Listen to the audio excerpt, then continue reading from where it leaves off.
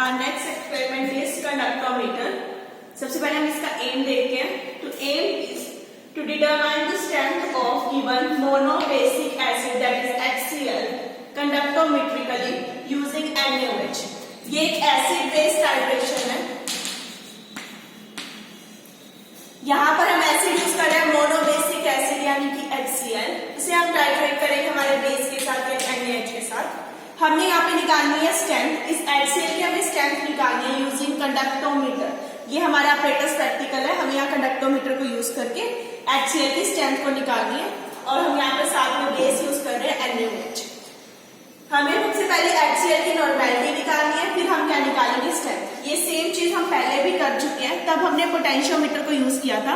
हमने पोटेंशियोमीटर को यूज करके हमारे फर्स्ट प्रैक्टिकल में मोहर सोल्ट की स्ट्रेंथ निकाली थी. सेम वे से हम यहाँ पर HCl की स्ट्रेंथ निकालेंगे, बट इस बार जो ऑपरेटर्स होगा वो हमारा कौन सा होगा? कंडक्टोमीटर. हम यहाँ कंडक्टोमीटर को यूज करेंगे.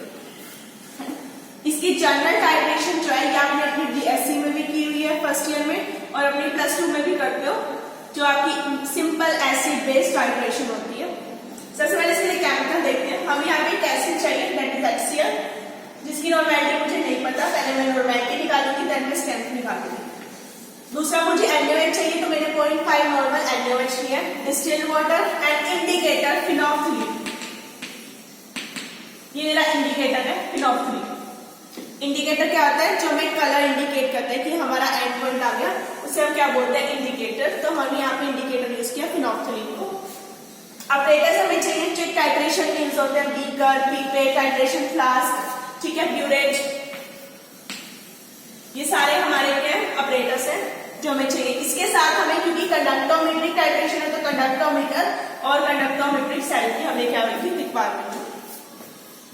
इक्वेशन पे आते हैं. इक्वेशन में देखो मैंने HCl लिया. HCl means H positive ion, Cl negative ion, NaOH Na positive OH negative. तो क्या होगा? न्यूट्रलाइजेशन रिएक्शन हो जाएगी. तो यहाँ से NaCl ये बन जाएगा और साथ में क्या बनेगा? Water. NaCl plus water. Water हमारा अनआयनाइज्ड फॉर्म में होगा, ये हमारा आयनाइज्ड फॉर्म में होगा.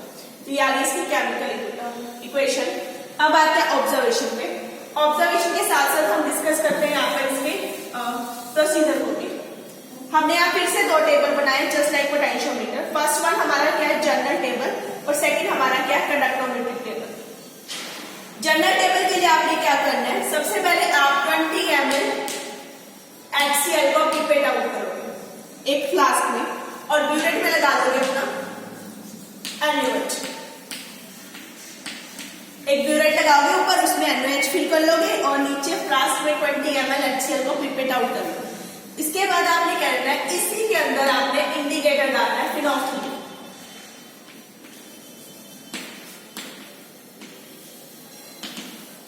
आपने इस इंडिकेटर की फ्यू ड्रॉप्स इसमें डाल देनी है अपनी टाइट्रेशन फ्लास्क में. अब ये इंडिकेटर क्या करेगा? एसिड बेस्ड टाइट्रेशन में कलर को इंडिकेट करेगा. जैसे आप इंडिकेटर इसमें डालोगे ये कलरलेस ही लेगा. फिर आप धीरे धीरे ब्यूरेट से अपना NaOH का एडिशन स्टार्ट करोगे, स्लो एडिशन. आपने ये तब तक करना है जब तक कि आपके पास एंड पॉइंट ना आ जाए. आपका एंड पॉइंट क्या? कलरलेस है, लाइट पिंक कलर.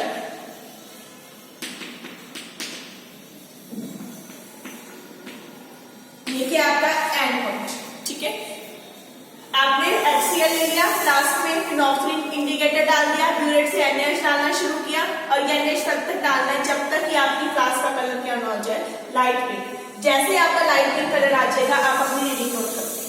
सपोज करो आपने 0 से स्टार्ट की और ये 10 के अराउंड आपका क्या हो गया? फाइनल रीडिंग आ गई, ठीक है. तो आप यहाँ पर नोट कर लोगे वॉल्यूम 10 - 0, ठीक है. एक बार हो गया. आप इसे 2 से 3 टाइम्स रिपीट करोगे जब तक कि आपके पास क्या ना आ जाए? Concordant reading. कॉन्कॉर्डेंट मतलब सेम रीडिंग. ऐसा नहीं कि 10.1 आ गया तो आप उसे चला लोगे, नहीं लेना. यहाँ पे कॉन्कॉर्डेंट. जैसे वो रीडिंग आएगी आप उसे यहाँ पे अपना फिल कर दोगे कॉन्कॉर्डेंट रीडिंग. इस टेबल से आपकी कॉन्कॉर्डेंट रीडिंग आ जाएगी. ये मेरी रफ टाइट्रेशन थी जिससे मुझे सिर्फ एक आइडिया मिला कि मेरा एंड पॉइंट किसके अराउंड है. तो हमने जैसे एग्जांपल लिया 10, तो इसका मतलब है मेरा एंड पॉइंट 10 के अराउंड आने वाला है.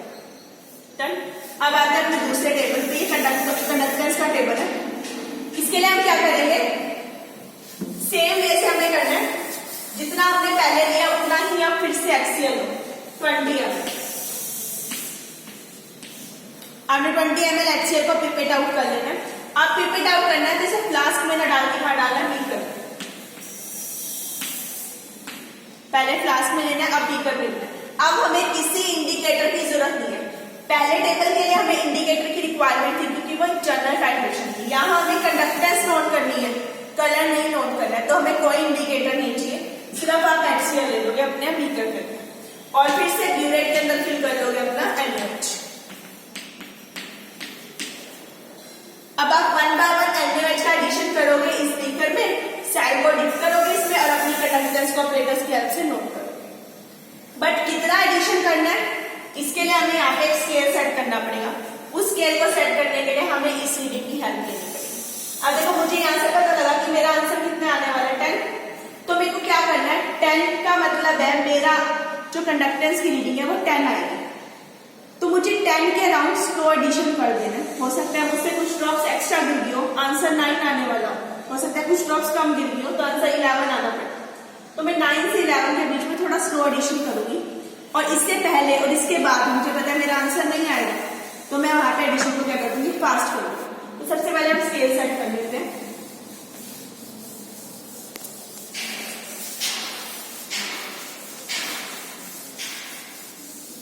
हमने स्केल सेट करना है 10 के अराउंड क्योंकि हमने रफ रीडिंग उसे माना है।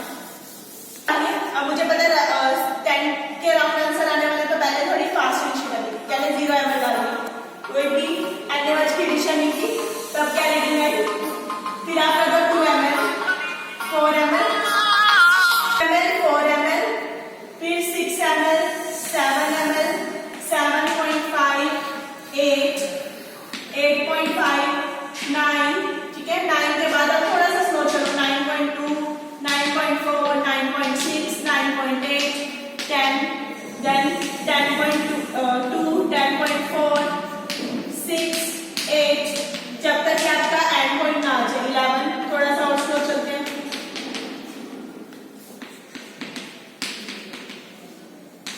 12, 12.5, 13, 13.5, 14, ठीक है। अब थोड़ा बड़ा गैप करना शुरू करो, 15, 16, फिर 18, 20, 22, 24, फिर 3 का गैप ले लो, 27, ठीक है। इस तरह से आप गैप को बढ़ाते जा सकते हैं, ठीक है। तो हमने क्या करना है, जो मेरा रफ टाइट्रेशन से मुझे पता लगा कि ये मेरी रीडिंग आने वाली है, उसके अराउंड मैंने क्या करना है, धीरे धीरे एडिशन डाला ताकि मैं अपने एंड पॉइंट को मिस ना करूं, ठीक है। अब मैं एक एक करके ब्यूरेट से क्या करूंगी, पहले कुछ भी NaOH ऐड नहीं किया, कंडक्टेंस नोट कर लिया, टेबल में फिल कर लिया, फिर 2 ml NaOH ऐड कर दिया ब्यूरेट से, मिक्स किया, कंडक्टेंस नोट की, उसे रीडिंग को फिल कर दिया। इस तरह से हमने इसे क्या करना है, नोट डाउन करना है। अब जैसे हमने पोटेंशियोमीटर में ये चीज की थी, सेम वहां उसी की तरह हम यहाँ पे क्या करेंगे, ग्राफ प्लॉट करेंगे between volume of NaOH used,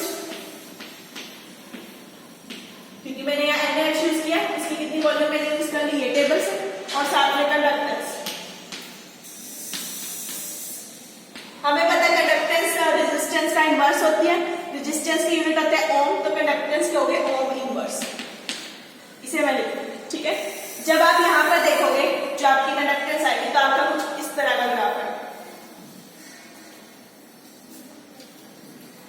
पहले डिक्रीज जा रहा है, देन इंक्रीज जा रहा है, ठीक है। ये इंडिकेट करेगा मेरा एंड पॉइंट, ये मेरा क्योंकि मेरा 10 मानना हुआ है कि मेरा आंसर 10 के अराउंड है, फिर मेरा 10 के अराउंड आना चाहिए, ठीक है। ये आपकी रफ टाइट्रेशन से आपको आइडिया मिलेगा। अब देखो ये डिक्रीज एंड देन इंक्रीज, ऐसा नहीं हुआ। अब कंडक्टेंस क्या होती है, ठीक है, कंडक्टेंस है कितना इलेक्ट्रिसिटी फ्लो करेगी, वो डिपेंड क्या करती है किसके ऊपर, नंबर ऑफ आयंस के ऊपर। अब सबसे पहले आपने जब टाइट्रेशन एक्सपेरिमेंट स्टार्ट किया था तो आपके बीकर में खाली क्या है, HCl यहाँ पे, अभी 0 का मतलब NaOH ऐड नहीं किया उसमें। HCl का मतलब उसमें H positive ion freely move कर रहे हैं, फ्रीली मूव कर रहे हैं तो उसकी कंडक्टेंस क्या होगी, हाई होगी स्टार्टिंग में, ठीक है। ये क्योंकि 0 है तो यहाँ से स्टार्ट हो जाएगा वॉल्यूम, ठीक है। तो इसकी कंडक्टेंस स्टार्टिंग में क्या हो गई, 0, तो HCl की कंडक्टेंस सबसे ज्यादा HCl H पॉजिटिव आयन है, तो कंडक्टेंस क्या होगी, हाई, सबसे ऊपर है। फिर आपने इसमें क्या डाल दिया, NaOH। NaOH डालने से OH नेगेटिव आयन आए, इतने क्या करना शुरू कर दिया, बैलेंस करना शुरू कर दिया। जब हमने इक्वेशन की थी तो बॉर्डर बन रहा था,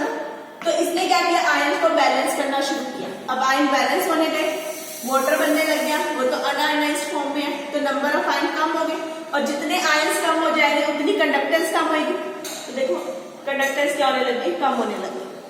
कहां तक कम हुई, हमारे एंड पॉइंट तक। जिस पॉइंट पे हमारा एंड पॉइंट आया उस टाइम तक हमारा पूरा HCl खत्म हो चुका है एंड पॉइंट पे। अब क्या है, NaOH, जितना हमने इससे पहले NH डाला था वो सारा यूज हो चुका। अब यहाँ पे एंड पॉइंट का मतलब HCl यहाँ फिनिश हो गया, बट मैं फिर भी तो NaOH डाल रही हूँ ना, NaOH का एडिशन कंटिन्यू है। NaOH का एडिशन कंटिन्यू का मतलब अब इसमें क्या बढ़ रहे हैं, OH नेगेटिव आयन। अब OH नेगेटिव आयन बढ़ रहे हैं, यानी नंबर ऑफ आयन्स बढ़ते जा रहे हैं। नंबर ऑफ आयन्स बढ़ रहे हैं तो कंडक्टेंस भी क्या हो रही है, बढ़ती जा रही है। तो देखो एंड पॉइंट के बाद कंडक्टेंस फिर से क्या हो गई, इंक्रीज हो गई।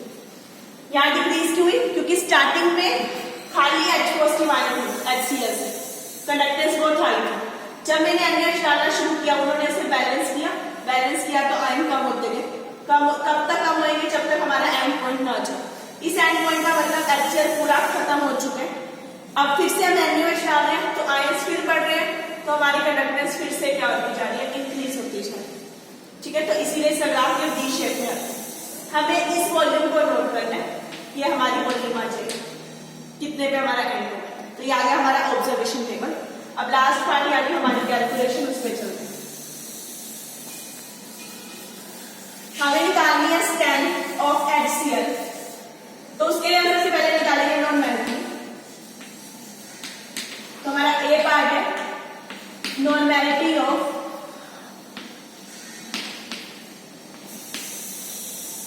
HCl।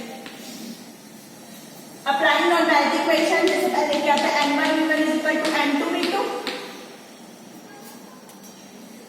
एंड क्योंकि मुझे नहीं पता मेरा जो HCl है वो कितने नॉर्मल का था, इनटू जब हमने स्टार्टिंग से एक्सपेरिमेंट कर रहे हैं, हम 20 ml HCl पे डाउट कर रहे हैं, तो उसको वॉल्यूम कितना भी 20 is equal to N2 into V।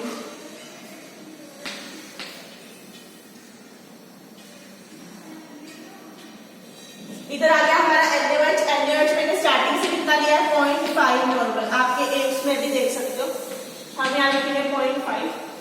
Volume, NaOH की वॉल्यूम कितनी आई, वो इससे लेना है। ये कॉनकॉर्डेंट रीडिंग नहीं लेनी, ये कॉनकॉर्डेंट रीडिंग सिर्फ स्केल सेट करने के लिए थी। जो वॉल्यूम यहाँ यूज होगी वो इस ग्राफ से आएगी।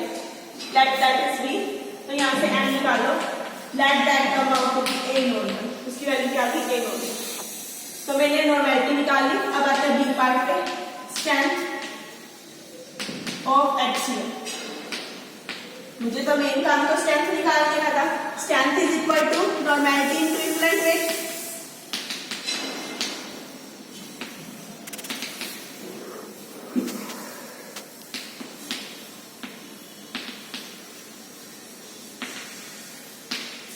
नॉर्मैलिटी कितनी है, A normal into equivalent weight HCl का। क्लोरीन का 35.5 और हाइड्रोजन का 1 दैट इज 36.5। जब मल्टीप्लाई करेंगे let that come out to be gram per litre, strength unit gram per litre. हमारा रिजल्ट आ जाएगा, the strength of B1 monobasic acid HCl is B gram per litre. ये था हमारा पूरा practical कंडक्टोमीटर। अब इसमें हमें कंडक्टोमीटर का यूज करना है, तो बात करते हैं हमारे कंडक्टोमीटर के अपरेटस की। ये होता है हमारा कंडक्टोमीटर, और इसमें एक सेल यूज होता है, ये सेल, ये है हमारा कंडक्टोमेट्रिक सेल, इसके ऊपर लिखा है कंडक्टिविटी सेल। ठीक है, हम इसको इसके साथ कनेक्ट करेंगे। यहाँ पीछे जैसे पीएच में कनेक्ट किया था ना बैक साइड पर, बिल्कुल वैसे यहाँ बैक साइड पे कनेक्ट होगा। पोटेंशियो के सेल आगे लगते हैं, इन वहां पे पीएच और कंडक्टो के सेल हमारे बैक साइड पे कनेक्ट होते हैं। पोटेंशियो के 2 सेल है, पीएच और कंडक्टो का एक सेल यूज होता है। अब इस अपरेटस की बात करते हैं। इस अपरेटस में इस साइड से देखो, ये एक हमारा डिस्प्ले पैनल है जिसमें हमारी रीडिंग्स आएंगी। ये हमारी टेम्परेचर की नोब है जिसे हम रोटेट करके टेम्परेचर को सेट करेंगे। यहाँ पर एक कैल और मीन बाहर, अभी इस टाइम बाहर है, तो इसका मतलब है कैल। जब मैं प्रेस करूंगी अंदर, इसका मतलब है मीन। यहाँ पर नोब है, इसको मैं रोटेट करके यहाँ पे अपने डिस्प्ले पैनल में रीडिंग को सेट कर सकती हूँ, जैसे हमने पीएच में किया था। यहाँ सेल कांस्टेंट है, 3 सेल कांस्टेंट है, 0.1, 0.5 एंड 1। अभी देखो सारे बाहर है, जब मैं प्रेस करूंगी इसका मतलब अंदर है। ठीक है, अभी के लिए मैंने सारों को बाहर रखती हूँ। इधर देखो मेरी रेंज है, रेंज मिली में भी है और माइक्रो में भी है, मिली एस और माइक्रो एस। तो आप जो भी रेंज सिलेक्ट करोगे वो रीडिंग आ जाएगी। ठीक है, सबसे पहले आपने क्या करना है, सारे के सारे बटन्स को आउट करना है। सारे रेंज बटन हो चाहे सेल कांस्टेंट हो, सारे बाहर होंगे। ठीक है, अब आपने टेम्परेचर को 25 सेट कर देना। मैंने 25 सेट कर दिया टेम्परेचर को। देन आपने क्या करना है, अभी इलेक्ट्रोड को नहीं लगाना, इस डिस्प्ले पैनल में 1000 सेट करना है यूजिंग दिस। इसको रोटेट करके यहाँ 1000 सेट कर दो। 1000 सेट हो गए यहाँ पर। फिर आपने क्या करना है, सेल कांस्टेंट को 1 कर लेना। देन आपने रेंज सिलेक्ट करनी है। इसके लिए आप यहाँ पे इलेक्ट्रोड लगा दोगे। ठीक है, हमारी जो इलेक्ट्रोड होती है इसका सेल कांस्टेंट इसके ऊपर लिखा होता है, देखो यहाँ लिखा हुआ है सेल कांस्टेंट 0.94 नियर अबाउट 1। तो हमारा सेल कांस्टेंट 1 के अराउंड है, इसलिए मैंने यहाँ 1 सेट किया। ठीक है, इलेक्ट्रोड मैंने कनेक्ट कर दिया, सेल कांस्टेंट मैंने सेट कर दिया। अब आते हैं रेंज पे। आपने रेंज कैसे सिलेक्ट करनी है, पहली चीज ध्यान रखेंगे मिली और माइक्रो का। मिली मतलब 10⁻³ माइक्रो मतलब 10⁻⁶। जो भी रीडिंग आप लोगे टेबल में वो रीडिंग आपके साथ आती रहेगी। अगर आपने ये रेंज सिलेक्ट किया तो 200 मिली एस है, तो इंटू 10⁻³ हो जाएगा। और अगर ये सिलेक्ट किया तो इंटू -6 हो जाएगा। ये सिर्फ लिखने के लिए, पर जो रीडिंग आपकी आती रहेगी आप उसे नोट करोगे। हमने क्या करना है, रेंज सिलेक्ट करनी है। हमें रेंज ऐसी सिलेक्ट करनी है कि डेसिमल के बाद हमारे पास मैक्सिमम डिजिट्स आए। जिस रेंज पर डेसिमल के बाद आपके मैक्सिमम डिजिट आते हैं आप उस रेंज को सिलेक्ट करोगे, चाहे वो ये हो चाहे ये, जो भी रेंज पे। अपने सब पे प्रेस करके देखना जिस रेंज पे आपके डेसिमल के बाद मैक्सिमम डिजिट है आपने उसे सिलेक्ट करना है। सपोज करो मेरी ये रेंज आ गई। एग्जाम्पल, मैंने सेल कांस्टेंट सेट कर लिया, रेंज सेट कर ली, ये कर ली। आपने कोशिश करनी है पूरे प्रैक्टिकल में रेंज चेंज मत करो। अगर चेंज करनी है तो आप इससे नेक्स्ट रेंज पे जाओगे। ठीक है, नेक्स्ट रेंज इधर जाएंगे। ठीक है, उस पर क्या रीडिंग आती है, उस पर भी नहीं आ रहा तो उससे नेक्स्ट रेंज पे जाएंगे। रेंज सेट हो गई, हमारा सेल कांस्टेंट हो गया, टेम्परेचर हो गया, इलेक्ट्रोड मैं निकाल चुकी हूँ। इलेक्ट्रोड को अपने डिस्टिल्ड वाटर में रखना। अब प्रैक्टिकल करने के लिए यहाँ कैल और मीन है।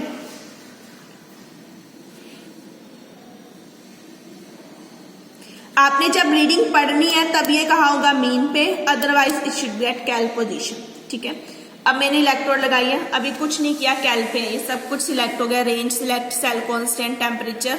इलेक्ट्रोड को लो, जो हमारा बीकर था HCl वाला जिसमें मैंने 20 ml HCl रखा है, उसके अंदर इसे डिप करो। डिप करने के बाद इसे मीन करो, यहाँ जो रीडिंग आ रही है उसे नोट डाउन करो, फटाफट से कैल कर दो। ब्यूरेट से NaOH डालो, NaOH डालने के बाद अच्छे से मिक्स करो रोड से, फिर इसे मीन करो। मीन करने के बाद जो रीडिंग आ रही है नोट करो, फिर कैल कर दो। फिर आप दोबारा एडिशन करो, NaOH डालते जाओ, अच्छे से इलेक्ट्रोड से मिक्स करो, मीन पे लाओ, रीडिंग पढ़ो, कैल पे लाओ, एडिशन करो।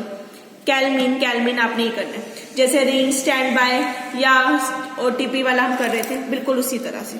ठीक है, तो यहाँ पर आपने क्या करना है, मीन जब रीडिंग पढ़नी है, कैल जब आपने एडिशन करना है। ठीक है, तो ये मेरा अपरेटस है कंडक्टोमीटर का, और ये मेरा कंडक्टोमीटर का सेल है जो मैं इसमें यूज करूँ, कंडक्टिविटी सेल। ठीक है, जैसे PH में बैक साइड पे लगा था, इसमें भी हम इसे बैक साइड पे ही कनेक्ट करेंगे। बिल्कुल सिंपल सा प्रैक्टिकल है, जैसे पोटेंशियो को यूज किया था उसी तरह करना है। बिकॉज हमने पहले भी बात किया है कि अपरेटर साइड लाइट पे वर्क करते हैं, तो लाइट की फ्लक्चुएशन की वजह से रीडिंग भी क्या होती है, फ्लक्चुएट होती रहती है। तो आपने जो रीडिंग आ रही है स्टार्टिंग में या तो उसे नोट करना है, या फिर जो रीडिंग आपकी स्टेबल हो गई है आपने उसे नोट करना है। ठीक है, तो इस तरह से हम एडिशन करते रहेंगे और कंडक्टेंस नोट करेंगे इसकी हेल्प से, और फिर एंड पॉइंट आएगा। और उसके बाद जब आपकी लगे कि आपकी वैल्यू इंक्रीज हो रही है, थोड़ी सी इंक्रीज वैल्यू तक आपने इसे लेके जाना है, और लास्ट में अपना ग्राफ प्लॉट करना है, उसके अकॉर्डिंग वॉल्यूम लेनी है, कैल अपनी कैलकुलेशन करनी है। तो ये मेरा काफी प्रैक्टिकल था कंडक्टेंस का, जिसमें हमने क्या यूज किया, HCl और NaOH, HCl की स्ट्रेंथ निकाली using NaOH using conductor. Thank you.